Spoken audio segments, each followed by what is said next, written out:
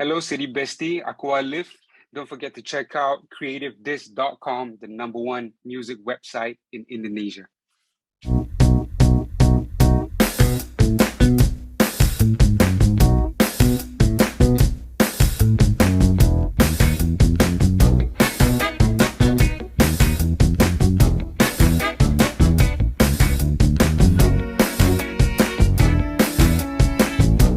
Halo CD Bestie, welcome back to Creative This exclusive interview with me Lutfi. Dan sekarang ini kita kedatangan tamu ya, ini jauh-jauh dari Malaysia ya. Dan ini juga namanya lagi naik banget ya di kalangan hip hop Malaysia dan juga di Indonesia. Karena lagunya sendiri ini banyak banget dipakai dan viral banget ya di berbagai macam media sosial, yaitu dengan judul lagunya Swipe. Nah, apakah kita akan meng-swipe ke kiri atau meng-swipe ke kanan, iya kan? Untuk guest kita yang satu ini, jadi langsung aja ya. Ini mungkin interviewnya akan sedikit campur-campur ya, bahasa Inggris, bahasa Indonesia, dan mungkin cakap-cakap bahasa Melayu sedikit ya kan. Jadi langsung aja, ini dia tamu kita untuk hari ini di Creative Exclusive interview berikutnya ada dari Malaysia, Alif. Apa kabar Lutfi? Apa kabar Creative Disc? Semua sehat ya? Baik, alhamdulillah. Jadi Alif kabarnya gimana? Baik, macam semalam katanya. Jadi activity apa? What kind of activity that you are doing? Now? Yes, recently lah. Recently, saya masih lagi di dalam studio untuk untuk bekerja, buat lagu, siapkan lagu-lagu yang akan datang. Lagi bersama keluarga, benda-benda biasa.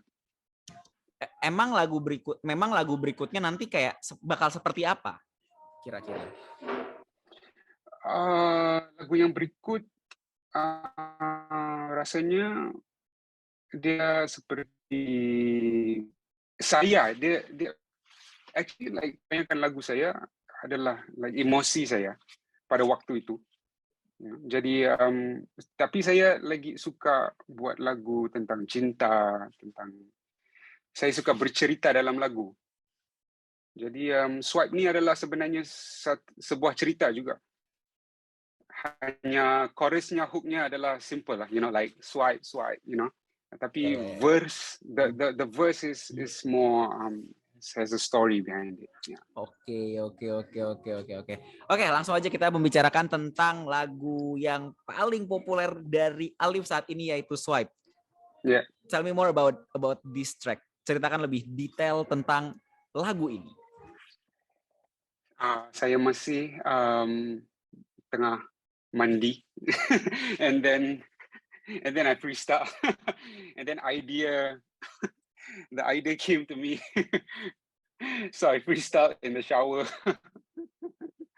Langsung lepas itu saya record idea ni di voice recorder di phone, and then 2 hari kemudian saya dalam studio, saya teringat that demo, saya keluarkan, and then saya buat beat.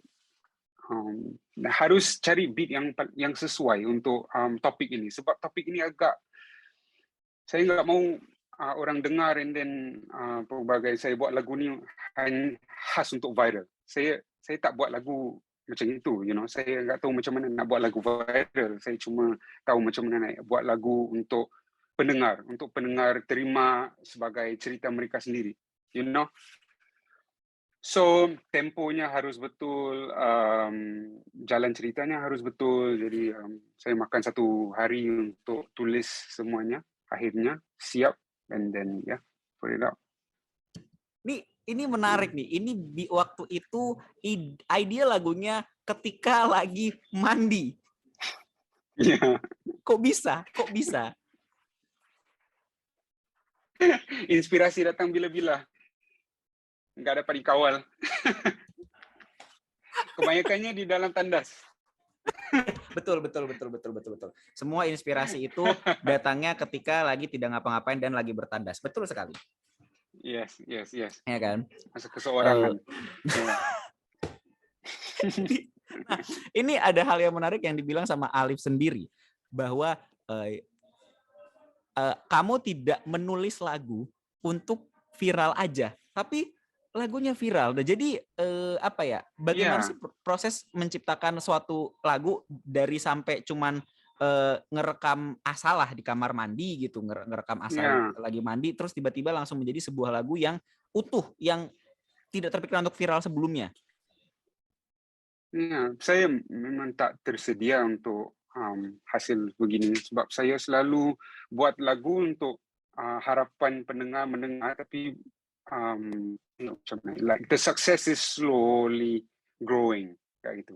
Like slowly growing. Saya gak biasa buat lagu yang bila keluar langsung naik, you know. So pada saya setiap lagu yang saya buat ada aspek-aspeknya yang baru, yang orang belum biasa lagi mendengar. Jadi saya prepare untuk begini dan saya doa dia begini. Tapi bila keluar pum macam itu, saya tak tersedia, saya tak tahu apa nak buat. Saya macam memang rezeki itu rezeki, saya terima. Tapi saya jam sekejap.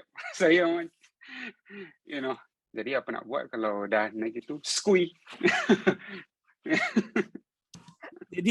Jadi emang semuanya serba spontan ya, berarti track Swipe ini gitu. Iya, spontan. Marketing belum siap lagi untuk keluar, udah mula. Ya, TikTok udah mula ambil and then berjalan dengan sendiri. Jadi kita semua harus belajar. Oh, apa tengah buat? Apa jadi sekarang? And then, Wah, yeah. jadi emang tidak ada rencana yang apa ya, yang konkret gitu. Pas bikin Iya, lagunya kayak ini bakal viral gitu. Ini pasti bakal viral, enggak? Wow. enggak, enggak, enggak ada satu orang yang rasa yang lagunya akan viral. Ya.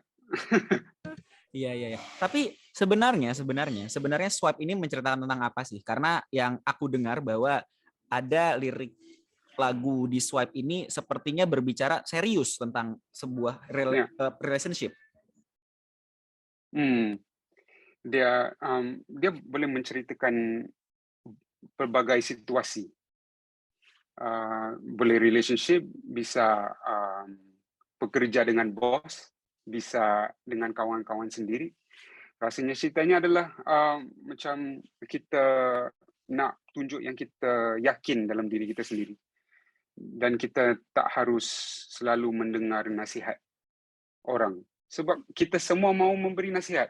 Sekeliling kita di sosial media, dia di luar adalah orang, oh kenapa kau buat macam itu, harus macam gini, you know. Jadi semak kita rasa macam dengan kita harus cuba buat keputusan sendiri. Jadi kalau kita lulus atau kita gagal, itu adalah kita sendiri, daripada kita sendiri, you know. Wah, makna lagunya dalam ya. Iya, sebenarnya. Wah. Jadi Nah, kalau nak, if I want to explain it simply, kalau aku like. Kalau aku tak tidak like, aku Swipe. swipe. Aku tak dengar kata siapa-siapa. Ya, itu ya. Dalam ya ternyata liriknya ya. Wah, menarik. Nah, aku mau nanya lagi. Siapa sih yang mengidekan ada Dato Sri Vida di dalam lagu ini? Itu ide siapa? Dia untuk memanggilnya adalah suggestion daripada pihak pengurusan Def Jam, Malaysia, Singapore, Universal Music. Tapi sebelum itu saya memang nak cuba suara dalam lagu, sebab lagu-lagu yang saya dengar, yang saya amat gemari, ada macam bila lagunya berjalan langsung dia berhenti, and then ada suara orang macam just bro, and then lagunya sambung. Jadi saya nak buat lagu seperti itu sebab saya belum dengar lagi orang buat lagu seperti itu di kawasan Southeast Asia, ataupun lagu berbahasa. Jadi saya pergi ke YouTube, saya mencari filem-filem, saya mencari interview orang yang akan katakan dialog yang orang akan ingat, yang menarik. Jadi saya cuba agak macam 20 lebih sampel. Dalam 20 lebih sampel itu, sampel Datuk Sri Vida dalam IG live-nya. Jadi sampelnya paling sesuai sebab sampelnya dia tengah ketawa, dia tengah lucu dengan apa entah gitu tau.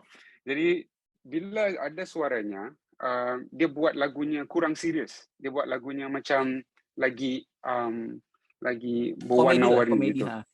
Ya, sedikit. Jadi orang tak rasa sangat macam serius sangat lah lagu ni kan.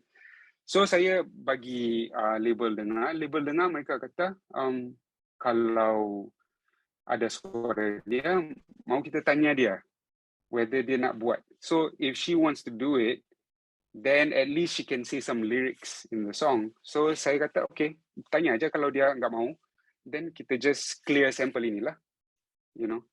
Jadi dia langsung dia mau, dia dengar dia mau. Jadi okay, ya gitu. Jadi Tapi jujur Olive, ini nggak aku sendiri tidak menyangka kalau ternyata membuat lagunya sekompleks itu loh, sesusah itu loh, sesulit itu loh. Iya, dia sebagai art form kan, jadi cara kreatif kita dari stage untuk production stage tidak harus dengar seperti it's so complex kepada pendengar. You know, bila mereka menerimanya udah siap tapi kompleksnya udah like I simplified it already.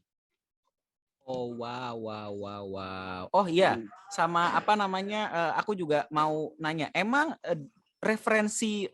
memang referensi musik dari Alif sendiri gimana sih? Apa ya? Pengaruh musiknya Alif sendiri gitu, influence-nya. Terlalu ramai. Siapa I love saja? so many. Michael Jackson. Saya dibesarkan mendengar like all kinds of music. Saya ada album Michael Jackson, Chris Dayanti, Datuk Siti Nurhaliza, Raihan, Tufat, Tupac, Linkin Park, macam-macam. Jadi saya suka semua genre, you know. Cuma saya rasa hip hop itu saya dapat mengeluarkan perasaan saya melalui hip hop itu. Sebab hip hop itu dia banyak cerita, dia banyak lyrics, you know. Jadi saya boleh ceritakan lagi dengan lagi banyak. Ya. Tapi aku juga nggak nyangka sih kalau ada Raihan tiba-tiba yang menjadi pengaruh musiknya dari Alif sendiri sih. Karena masa kecil kita dengar Raihan. Aku juga dengar Raihan. Di Indonesia Raihan itu benar-benar lagu super populer. Oh ya, iyalah. Iya. Alhamdulillah. Ya ampun, sama Demi Masa itu tuh. Yes. Nah, apa namanya? Aku mau nanya juga lagi sama Alif. Sejak apa sih yang membuat Alif itu memutuskan untuk aku akan bermain musik secara penuh. Aku ingin karirku di musik. Keputusan apa sih yang mendasari itu? Keputusan apa sih yang membuat Alif kayak aku ingin bermusik aja deh gitu? Enggak ada. Like there wasn't a moment where saya buat keputusan, saya akan buat musik. Enggak ada. Saya mulai sebagai hobi. Saya di underground hip hop scene bersama kawan-kawan saya. Langsung saya dibesarkan di underground hip hop scene, and then ternyata langsung terjadi satu persatu saya di sini. So like to me this still feels like a hobby, you know, that I'm making, and it's not a career for me, you know, but it is a career for me. So that's why saya sangat bersyukur, you know, because like I love what I do. You know, saya pernah terfikir macam bila ya masa yang saya like mengambil keputusan, tapi nggak ada. Ya. Semuanya alami berarti ya? Iya. Secara kebetulan. tapi sebenarnya gini, ini menurut aku juga sangat menarik ya ketika aku mendengarkan lagu Swipe sendiri ya, karena lagu Swipe dan semua karyamu itu menurutku unik karena kamu bisa bernyanyi atau nge-rap dengan bahasa Melayu, tapi musiknya tuh bener-bener trap yang lagi happening lah ya, yang lagi banyak dibicarakan saat ini. Itu menantang nggak sih ketika membuat lagu seperti itu dalam bahasa lokal gitu? agak susah sebab bahasa Melayu itu sangat indah. Dia macam Puitis, puitis. form poetis, like it's formal, it's poetic. Jadi dan hip hop itu datang dari bahasa yang agak mungkin Kasar lah. agresif sedikit, ya kasar sedikit. Jadi ada juga evolusi hip hop dalam bahasa. Bila kita baru-baru mula, ya hip hopnya hanya dalam bahasa baku, dalam bentuk puitis dan sebagainya. Tapi as it evolved dengan masa, kita tengok new styles, orang mau kongsi cara mereka bicara dalam lagu. Jadi mereka tak menukar personality. So the way they speak is the way they rap, Jadi it's a whole evolusi. Jadi sekarang ni, tapi buat saya, oleh kerana saya dipengaruhi banyak forms of bahasa. Macam bahasa di Malaysia juga ada banyak. Di Singapura juga macam rojak. Dia ada macam, So, cara saya menulis itu nggak ada tempat, nggak ada like satu baku lah ya, specific baku. accent. Ya, atau satu cara bicara.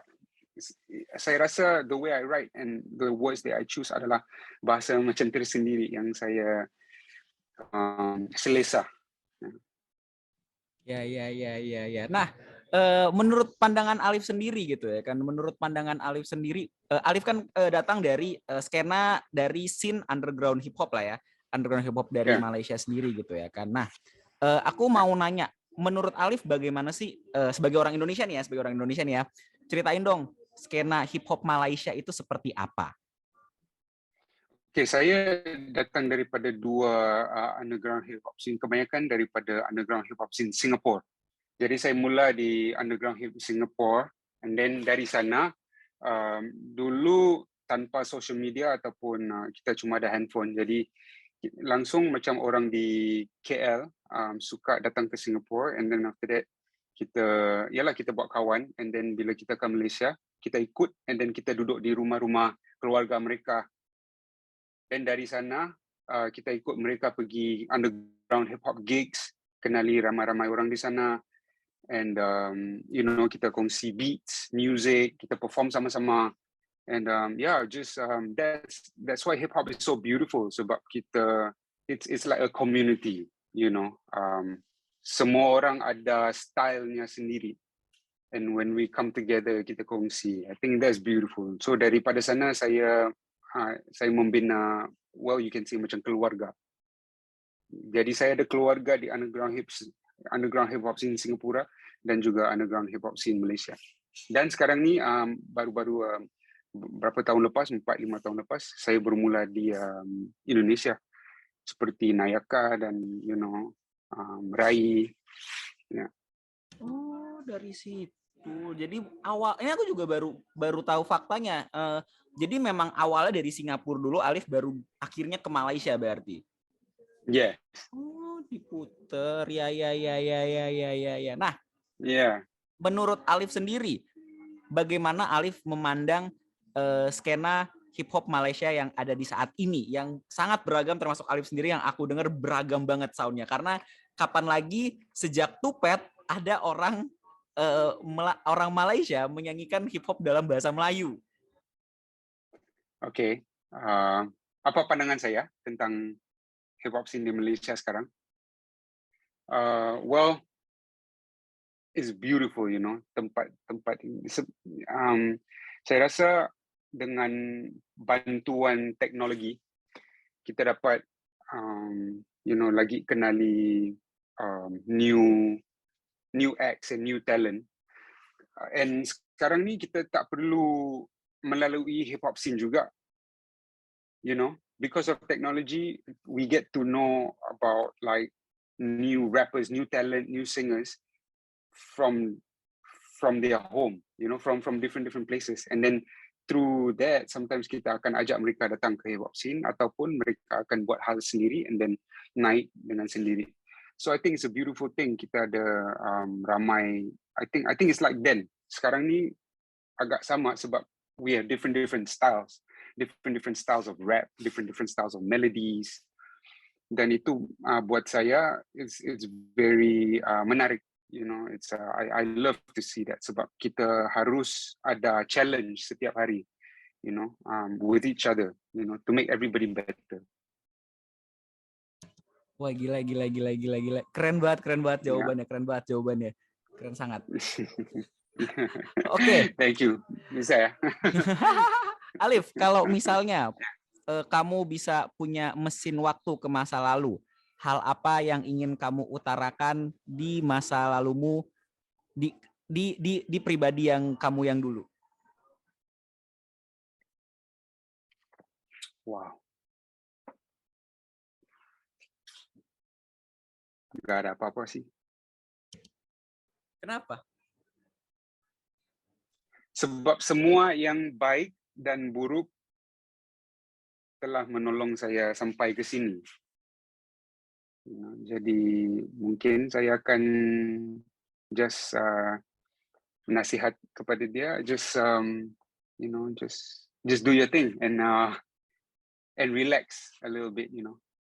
Don't relax a little bit, just have fun and and you know, just follow, just do your thing, just live, you know. Sebab ada banyak perkara yang saya like I wish didn't happen, you know. Of course, you know, some stuff that, you know, but thinking back, you know, perkara-perkara itu perlu, like they need to happen sebab that helped me to be where I am right now. So yeah. Jadi dalam ya interviewnya ini ya. Ini dalam ini wawancaranya apa ya? Jadi deep talk jadinya ya ini ya. Oke. Ya, beats. Dalam. Oke.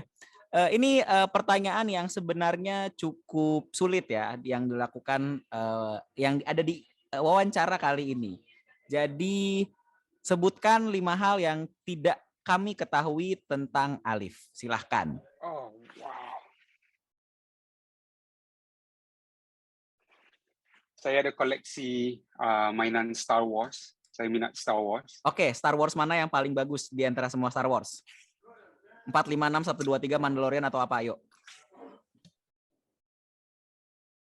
Kamu tengok juga ya? Iyalah. Ayo apa? 4, 5, 6, 1, 3 atau 789 lagi. Kalau 789 maaf kita tidak bisa berteman lagi. Ya, enggak. Alhamdulillah. Alhamdulillah. Lagi 9 harus dibuat balik. Oke, episode episode 1. Episode 1. Wah, kenapa Darth episode 1? Darth Maul. Dia villain yang saya amat suka. Pertama kali saya nampak dia, and then the double bladed lightsaber. Ya. Star Wars. Yang kedua, saya pernah melalui fasa skateboarding. I used to skateboard. I was a skater once. I'm not very good though. Don't. Jangan nanti orang tanya, let's do some tricks or whatever. So, like, yeah. Okay, yang ketiga, studio setup saya sama seperti studio setup masa saya bermula buat musik. Masa saya umur 15 tahun sampai sekarang agak sama. Ya. Nggak ada yang lebih, nggak ada yang kurang. Cuman mungkin jenama kualitinya lebih baik sedikit. Okay, yang udah berapa ya? 3, 4. Oh, okay, maybe the 5th one saya suka melukis. Yang keempat, 4 sama 5. 2 oh, lagi. Yang keempat. Okay, yang keempat saya suka melukis. Ya, saya suka melukis, tapi hanya dengan pensel. Saya malas. I'm lazy to color. Yeah. Okay. Nah, yang kelima saya suka mandi. Ya, kalau tidak mandi bau, Pak. Dan oh ya, kalau misalnya aku tahu kenapa kamu suka mandi. Karena kalau misalnya nggak mandi nggak ada lagu. Yes. Saya bisa satu hari mandi 4 kali, Hah? 3 kali. Saya udah kalau rasa macam sedikit saya harus mandi. Ya. Ya ampun, emang Malaysia sepanas itu ya sekarang ya Pak ya? Ya di mana-mana panas. Ya sih. Ya. Oke, pertanyaan paling terakhir ini ya di sesi wawancara kita kali ini. Ya. Apa yang what's next for Alif? What's next? Saya masih bekerja keras dalam studio. Siapkan lagu-lagu seterusnya. This time when I put out songs, jaraknya tak jauh sangat. Sebab I think the streaming world adalah penting, and kita sekarang ni album akan datang balik, like the interest of listening to albums. Era album akan datang balik, and it's important untuk ada catalog. Jadi saya dalam studio untuk siapkan beberapa lagu yang akan datang, insyaAllah. Oke, berarti ini kita sudah di akhir dari wawancara kita kali ini. Alif, thank you so much. Thank you, Lutfi. A very great interview. Aku tidak menyangka kalau misalnya aku pikir ini cuma lagu TikTok semata, ternyata maknanya dalam, dan dari Alif sendiri ternyata memang hustling sampai sekarang. Ini aku nggak nyangka sih interviewnya, sumpah. I appreciate you. Thank you. Thank you. Oke. Terima kasih banyak yang udah mendengarkan juga di video kali ini, di wawancara Kreatif eksklusif interview kali ini. Jangan lupa subscribe di channelnya Kreatif Dis. Dan juga terima kasih banyak yang udah menonton. Once again, ini dia Alif Lutfi. Cabut undur diri dulu dari Kreatif Dis eksklusif interview kali ini. See ya, Sidi Besti. Bye-bye.